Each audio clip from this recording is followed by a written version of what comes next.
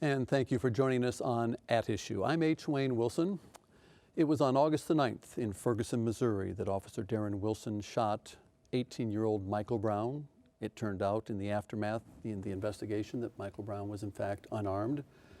And you all know what transpired afterward. In the next half hour, we're going to be talking about what impact that's had on Central Illinois and how we might go about improving race relations in Central Illinois. And to have that discussion, I've asked Dr. Rita Ali to be with us.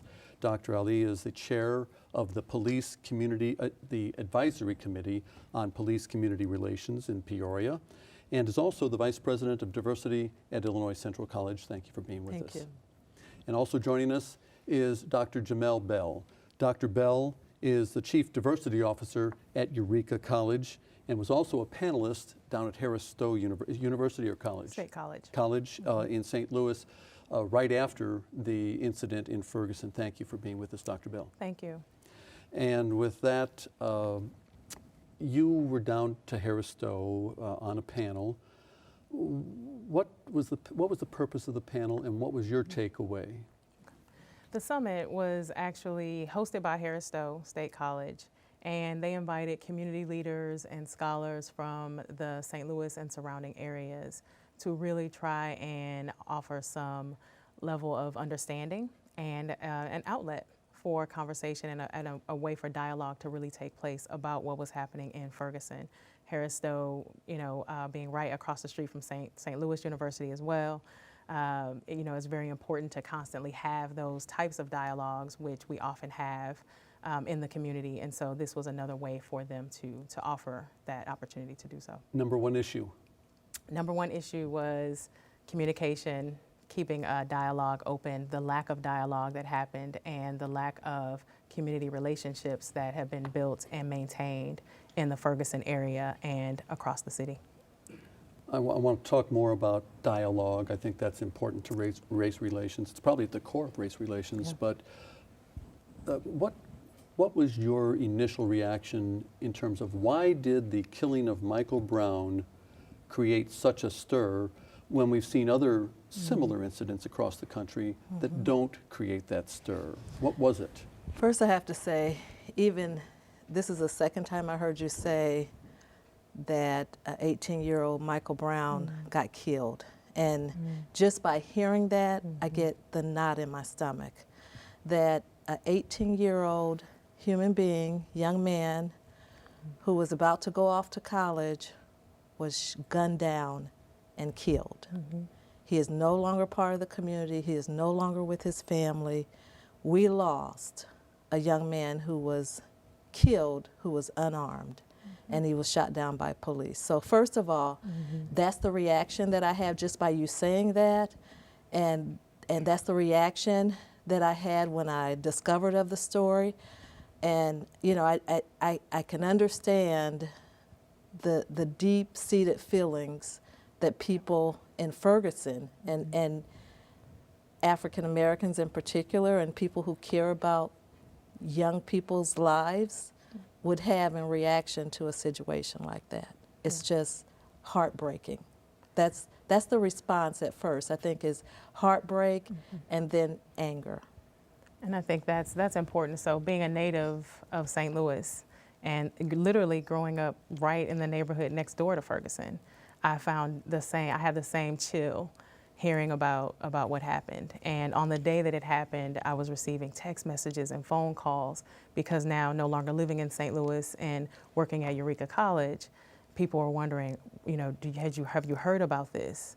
What are your thoughts about this? And that same chill up my spine and the same knot in my stomach, I think I felt, and feeling as though something was going to happen that we necessarily didn't want to have happen as a result of this shooting, especially him, being on the street for over 4 hours and all of the other circumstances. So you actually anticipated some violence? Oh yes. I think people were definitely angry. The anger, emerged almost immediately. Once you see how long are they going to let him stay on the street? How long is this going to, is this going to happen? They're going to just let the body lie there. Where's the police officer? He was able to leave the scene, and so. In fact, it was a week before we even knew who the officer was. Exactly, it was. It was a whole week had passed by, and one of the signs. I attended a rally. I went back to St. Louis several weeks after the incident where they had a National Day on Ferguson, and the rally was very intense. There were people from all over, not just in Missouri, people from Tennessee, from Massachusetts, from California. And this hands up, don't shoot has become quite the saying because he was unarmed. And, many of the witnesses initially were saying that he had his hands up in the surrender position. That was one of the... This was one of the signs that Actual sign the from people there. at the Okay. rally actually carried, yes. So let me talk, and we'll come back to Ferguson. We're going to kind of intermix here, but let me turn to you, Rita, and ask you about, you as chair of the Advisory Committee on Police Community Relations. Okay, you had the knot in your stomach about Ferguson. Yes. Then what about Peoria? Did you think about... Absolutely. And I was born in St. Louis, actually, so I had that connection, but I've raised in Peoria. And I've seen some injustice take place right here in my community, and I thought Ferguson could be Peoria. I think you and I both served on a Police Community Relations Commission back in the 70s when Ronnie Nelson was killed. That's too long ago. Sorry about that. I have to date us here, age. But a young African-American man, Ronnie Nelson, was killed at 505 Liquor Store, and he was unarmed. That was on the corner of MacArthur. Yes, African-American community went up in arms that this black man unarmed was killed by police. And Dr. King said that every race riot in America has resulted from some police action. And it causes the community just to go berserk because there's injustice. Whenever there's injustice, people are going to respond in ways with nonviolent action, but they are also likely to respond with some, in some ways that we think are not appropriate in terms of violence and disruption.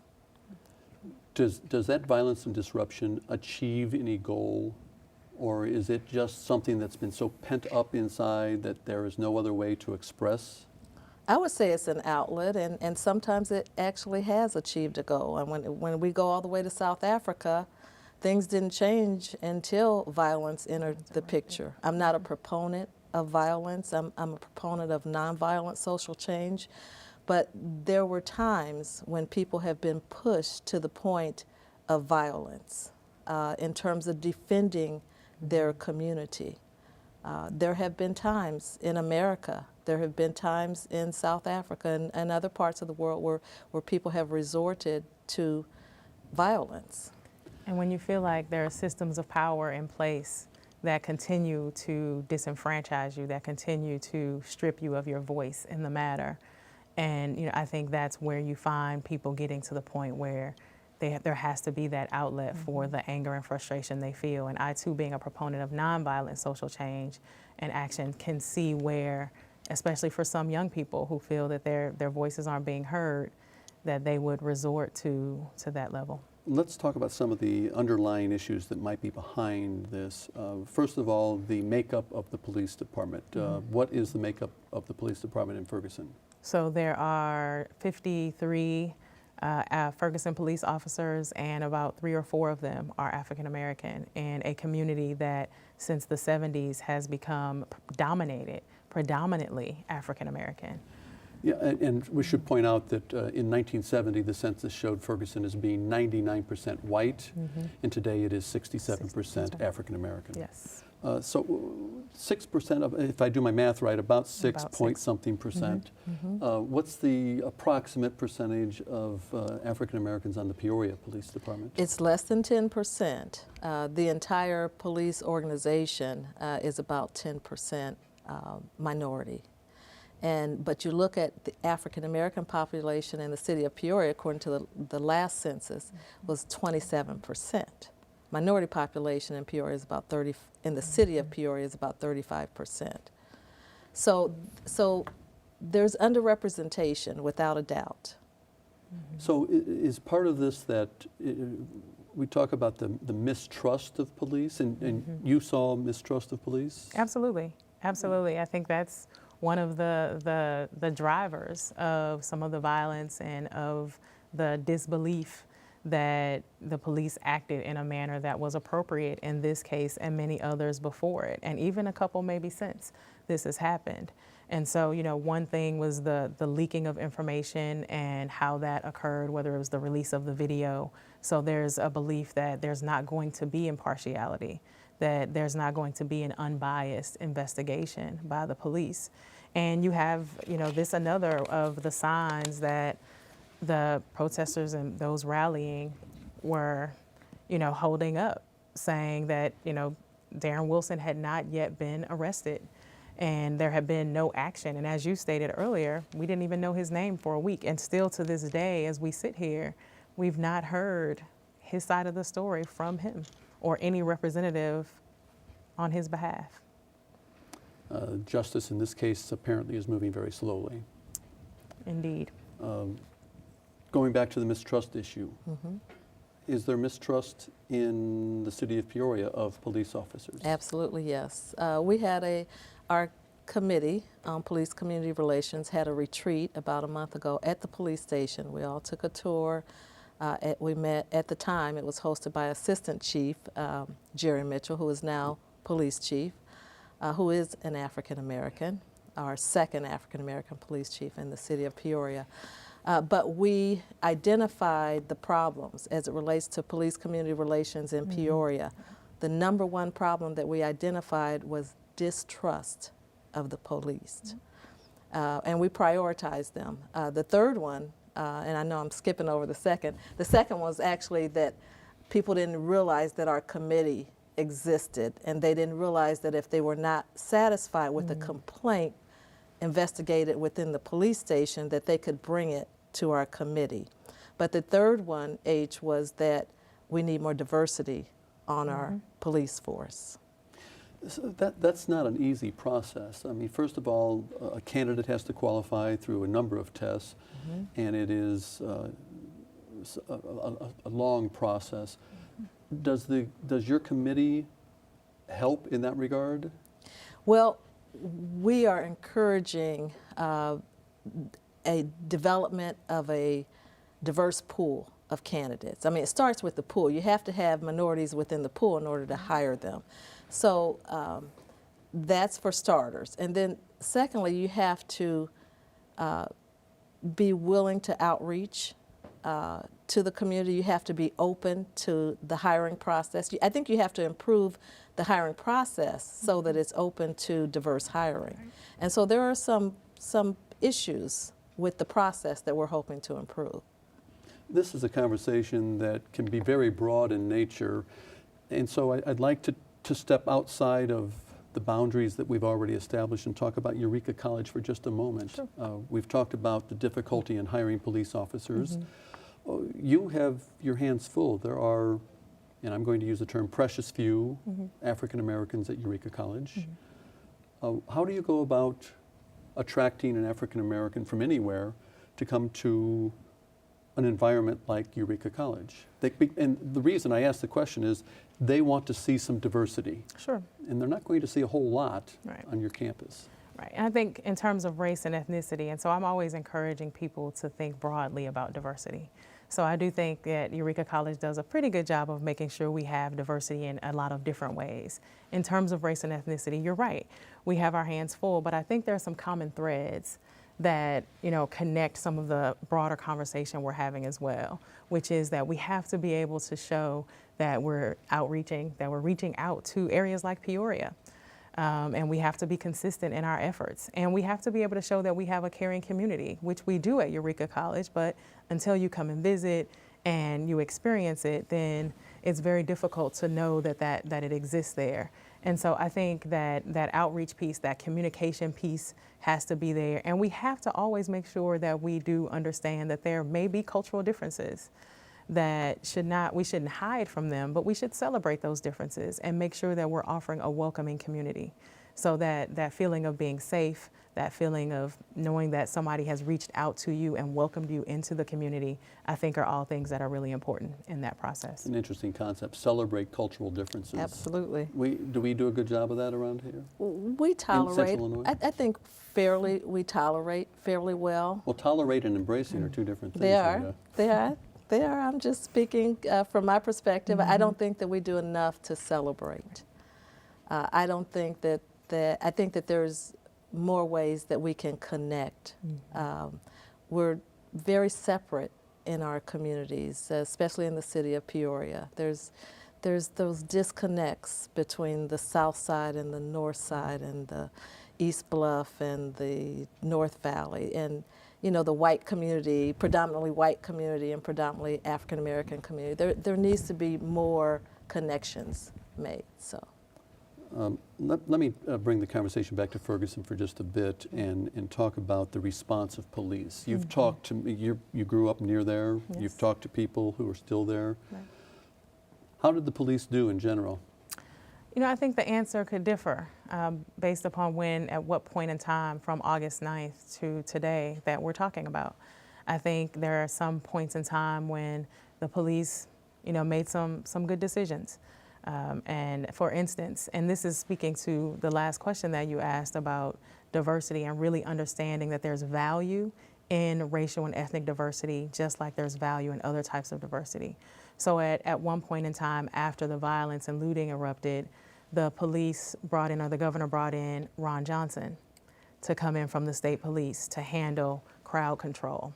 Why? Why bring in this African American man from the area, who knows the area well, has, male children of his own? Why bring him in?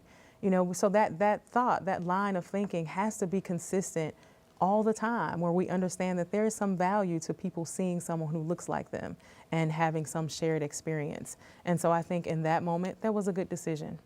I think having Michael Brown's body on the street for over 4 hours, not a good decision. They didn't do a great job there. They didn't do a great job by allowing information to seep out such that it tainted the process, the investigation process, and only helped to reinforce the idea that we can't trust the police.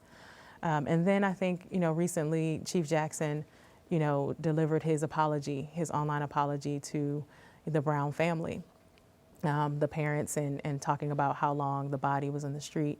And I think that should have happened a lot sooner. I think that should have been allowed to happen a lot sooner. It would have appeared more genuine. It strikes me that it would be very difficult as a police officer in the turmoil that existed to differentiate between how you're going to respond, because here's a peaceful group, at the same time here's a violent group, Right. at the same time here's someone lighting up a convenience store, and at the same time here are some people looting. And first of all, where do you turn your attention? How do you control? These are peaceful people. Right. These guys are stealing stuff. Right. I think ideally you go with what we should have done to be proactive.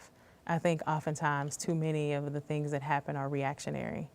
And I would like to focus on how we prevent, how we can be proactive in our efforts, our ongoing efforts to maintain those community relations.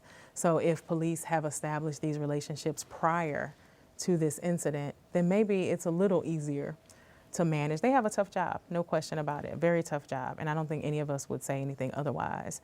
But in terms of that relationship that's clearly severed, not there, non-existent, then it makes your job a lot more difficult to manage. And I think we saw a great example of that in Ferguson, with having to manage all of these different things that are happening, some peaceful, some not so peaceful, and figuring out where your attention should be at any given point in time and how to respond. What role did military gear play in maybe exacerbating the situation? I believe it did, without a doubt. I realize that regular citizens sometimes have military gear, and the police feel like that they're out-weaponed by, members of the community. But I don't think that the answer is going to just go and get a a host of military weapons as a police force and use them against the community, I don't see that as the answer. I think it only further angers the community, and you feel more injustice is taking place. And Peoria does have military gear in Yes. Yes. there. I should point out at this point that we did ask 3 different police departments to have representatives on this, on this discussion, and all 3 chose not to participate or could not participate. So what role do you think the media played in this, pro or con? Yes. I think the media played a role that we need them to play. They provided some, as Rita talked about earlier, some transparency to the issue. They helped those of us who were not, in Ferguson, Missouri, to really get a glimpse of what was happening, and so that we could measure our response accordingly and try to figure out ways that we might be able to offer assistance to address the issue and to begin dialogues about the issue like the one we're having right now.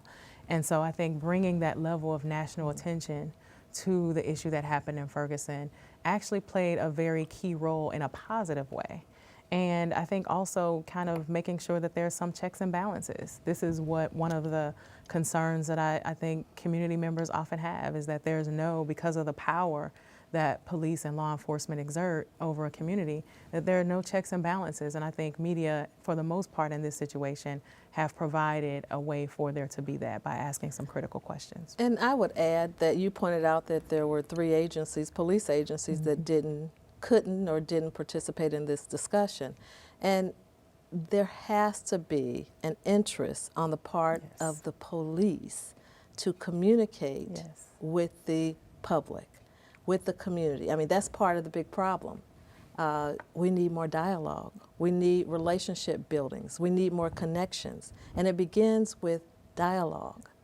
I agree that's a missed opportunity. I think that if for those who couldn't is a different story. For those that wouldn't, I think that says something. It's a missed opportunity. We are having a dialogue, a discussion, and I think that voice needs to be heard. It needs to be present at the table consistently, and I think to be absent is telling as well. Silence is just as deafening as an actual voice might be. And for your benefit, Rita, I did not invite the Peoria Police Department. Oh, there were okay. 3 other police departments, just for clarification. Okay. They're the largest, but I did not invite them. Okay. I had an opportunity to read a response to the first real riot in Chicago in the 60s. Was the summer of '66. They had had some flare-ups, but the real riot was the summer of '66, before Martin Luther King, before Democratic Convention. And the mayor, Richard J. Daley, complained that the media had shown all the violence. And the response from the media was, at that time, that what am I going to show? People doing something or people not doing something? Whether that's the right or wrong response, does the media tend to look at action as opposed to peaceful demonstration? I would say that's the case in some of the instances we've looked at. I've actually done a couple of studies in my research career of looking at rioting as a form of social protest, focusing specifically on the role media played in that, all the way to calling people protesters, the labels that we use for people. And I think in this case, however, I see where there were some balanced approaches. The rally that I attended, where these 2 signs came from, there was media coverage of that. And I think sometimes, though, it's, if it bleeds, it leads, that mentality, people tend to kind of believe that that's the case. But I think there were some opportunities that media seized upon to show some of that more violence, action, as you will. But also, I think there were other opportunities where they were interviewing some of the community leaders and talking with some of the protesters, even some who were angry to the point of possible violence, to really get a sense from them as to what their perspectives may be on the issue. The Los Angeles Times, in its reporting after the fact, and this is a quote, they looked at the growing challenge of the suburbanization of poverty as part of the role that played in this. Do we, in real briefly, Rita, is that an accurate synopsis? The growing challenge of suburbanization of poverty.